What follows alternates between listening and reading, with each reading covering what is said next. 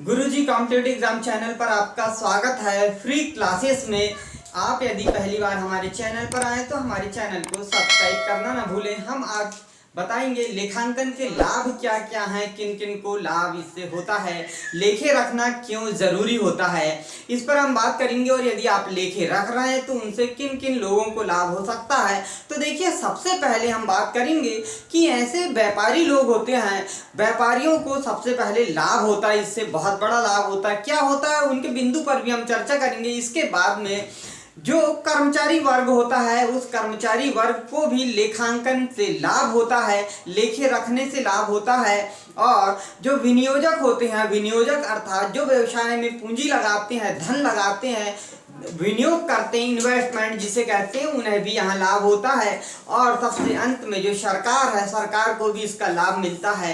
अब हम इन पर विस्तार से चर्चा करेंगे। और यदि आपने हमारे चैनल को सब्सक्राइब नहीं किया है तो सब्सक्राइब करें और अपने दोस्तों को भी सब्सक्राइब करने को कहें, क्योंकि हम फ्री क्लासेस आपके लिए लेकर आ रहे हैं और शुरू से अंत तक जो भी चैप्टर हैं उन्हें हम पूरे आपको समझाएंगे, प्रैक्टिकल और थ्योरी दोनों समझाएंगे। इसीलिए हमारे चैनल को आप सब्सक्राइब कर लें। लीजिए चलता हूं मैं आपको लेखांकन के लाभ समझाने के लिए। और लेखांकन में सबसे पहले हम लेते हैं व्यापारियों को जो लाभ हो रहा है उसकी बात करेंगे। तो पहला है महत्वपूर्ण सूचनाओं की प्राप्ति होती है। जो व्यापारी वर्ग के होते हैं वो अपनी लेखा या खाता वही रखते हैं, और खाता वही रखने से उसमें पूरा लेखा किया जाता है। और जो लेखे के आधार पर जो भी महत्वपूर्ण सूचना होती है, उन सूचनाओं की जानकारी उन्हें उन लेखों के माध्यम से होती है। क्योंकि जो उद्योग धंधे होते हैं, व्यापार का विस्तार हो जाता है, बड़ा व्यापार होता है, तो जो मालिक होते हैं वो पूरे व्यवसाय को देख नहीं पाते हैं।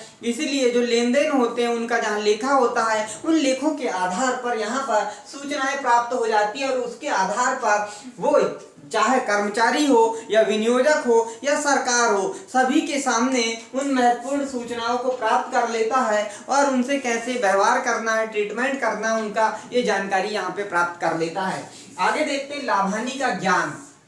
अब जो व्यापारी होते हैं, हमारा मुख्य उद्देश्य तो लाभ कमाना होता है, और लाभ कमाने के उद्देश्य ही सभी संस्थाएं व्यापार करती है। अब जब लेखे रखती है तो लेखे के माध्यम से संस्थाएं ये देखती है कि हमें व्यवसाय से लाभ हो रहा है या हानि हो रही है। यदि लाभ हो रहा है तो हमारा व्यवसाय निरंतर आगे तक चलते रहेगा, उसे कभी बंद नहीं किया जाएगा। और यदि हमारा व्यवसाय हानि की ओर जा रहा है तो हम ऐसे व्यवसाय को जल्द ही बंद कर देंगे और दूसरा व्यवसाय प्रारंभ करेंगे, या उन हानियों का कारण क्या है इसका पता लगाएंगे। इसीलिए यह जानकारी पूरी हमें लेखांकन करने से मिलती है, अकाउंटिंग करने से मिलती है। आगे देखते हैं कर निर्धारण में सहायक। जो टैक्स देना होता है विभिन्न प्रकार के, हम व्यापारी हैं, अपने आप को व्यापारी समझकर चलते हैं व्यापार में, तो जो टैक्स देने होते हैं उन टैक्सों में जैसे विक्रय कर हुआ और आयकर हुआ, यानी सेल टैक्स, इनकम टैक्स, इस प्रकार के विभिन्न टैक्स देने होते हैं। उन टैक्सों का निर्धारण हम कैसे करेंगे? तो उन टैक्सों का निर्धारण लेखांकन देखेंगे। हमारी पुस्तकों में लिखा हुआ होता है कि कितना माल आया, कितना माल हमने विक्रय किया। इन सब बातों को देखते हुए वो टैक्स का निर्धारण किया जाता है। इसलिए ये पुस्तकें जो होती है, लेखांकन करने से हमें लाभ हानि का ज्ञान होता है, ये हमें फायदा है। आगे देखते हैं कर निर्धारण में सहायता होती है, निर्णय लेने में सहायक होती है ये लेखांकन की वहियां। इन वहियों के माध्यम से हम हमारे व्यवसाय में निर्णय ले सकते हैं कि किस वस्तु का उत्पादन किया जाए, किस वस्तु का उत्पादन कम किया जाए, ऐसी वस्तु का उत्पादन किया जाए जो अधिक विक्रय हो रही है, उपभोक्ता उसे अधिक पसंद कर रहे हैं, और ऐसी वस्तु का उत्पादन बंद किया जाए जिससे उपभोक्ता लेना नहीं चाह रहा है। यह सब लेखांकन की वहियों को देखकर ही अनुमान लगाया जा सकता है। आगे देखते हैं न्यायालय में प्रमाण के लिए। यदि किसी से हमारा मतभेद हो जाता है या किसी व्यक्ति ने लेन देन में गड़बड़ी की है तो हम उसके लिए न्यायालय की शरण में जाते हैं और उसे प्रूफ के रूप में न्यायालय के सामने ये लेखांकन की वहियां या लेखांकन जो हम बनाते हैं, लेखांकन करते हैं, उन्हें प्रमाण के रूप में हम वहां पर न्यायालय में रखते हैं, जिससे हमें वो पैसे वगैरह सब मिल जाते हैं और न्यायालय में प्रमाण के रूप में वो वहियां काम आती है। भूल से बचाव करने में सहायक होती है, क्योंकि आपको मालूम है कि मनुष्य की स्मरण शक्ति सीमित होती है और उस सीमित होने के कारण ही वह लेखांकन की प्रक्रिया करता है।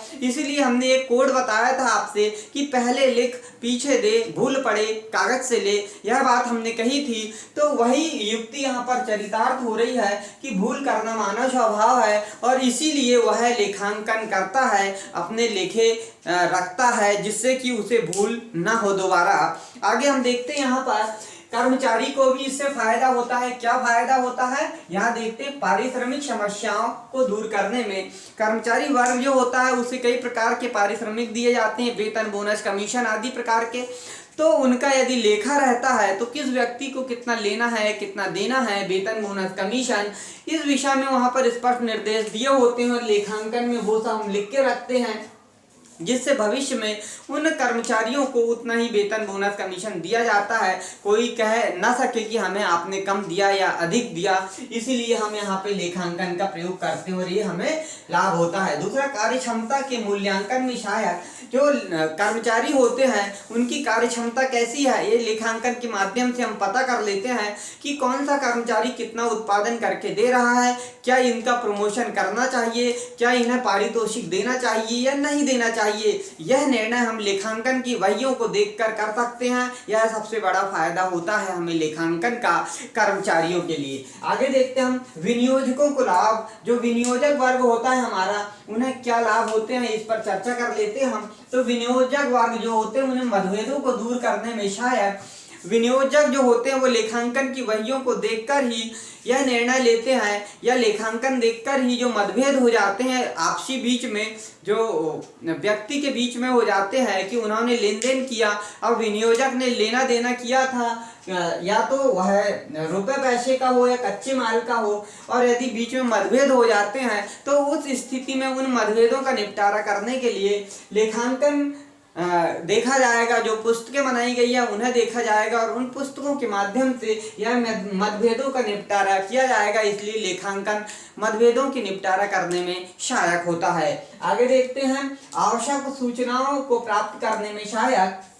जो लेखांकन होता है इससे विनियोजक वर्ग आवश्यक सूचनाएं देखते हैं, अर्थात विनियोजक जो होते हैं वो हमारे व्यवसाय में वित्त लगाते हैं, धन लगाते हैं, और वो तभी उसे ग्रांटेड करेंगे यदि हमें ऋण लेना है तो तब जब वो हमारी लेखांकन की पूरी पुस्तकें देखेंगे और पुस्तकें देखने के बाद में निर्णय लेंगे कि इन्हें ऋण देना है या नहीं देना है। इसीलिए इन्हें आवश्यक सूचनाएं प्राप्त हो जाती विनियोजकों को वही खाता या लेखांकन देखकर ही ये सूचनाएं प्राप्त हो जाती है और इसकी सहायता से ही वह विनियोग करना है या नहीं करना है यह निर्णय लेते हैं। आगे देखते हैं हम, सरकार को भी इससे लाभ होते हैं और सरकार को क्या लाभ होते हैं इसकी भी बात कर लेते हैं हम। जैसे हमने देखा था व्यापारी को लाभ होता है कर निर्धारण में सहायक, और यह कर किसे दिया जाता है, सरकार को दिया जाता है। तो सरकार को ये लाभ होता है कि करारोपण में सहायक कि टैक्स कितना लगाया जाए इस व्यापारी पर, यह निर्धारण लेखांकन देखकर ही किया जाता है, पुस्तकों के आधार पर ही किया जाता है कि किस व्यक्ति ने कितना क्रय विक्रय किया है उसे देखकर करारोपण किया जाता है। इसलिए करारोपण में सहायक होता है। आगे देखते हैं हम, लाइसेंस प्रदान करने में सहायक। विभिन्न प्रकार के व्यवसाय ऐसे होते हैं जहां पर लाइसेंस की आवश्यकता होती है। अब सरकार इन वहियों को देखकर निर्धारित करती है कि क्या ये व्यक्ति जो हमसे उद्योग धंधे लगाए हुए हैं इन्हें लाइसेंस देना चाहिए या नहीं देना चाहिए। यह निर्धारण लेखांकन की वहियां देखकर सरकार करती है और उसी के आधार पर यहाँ पर लाइसेंस प्रदान किया जाता है। मूल्य नियंत्रण में सहायक।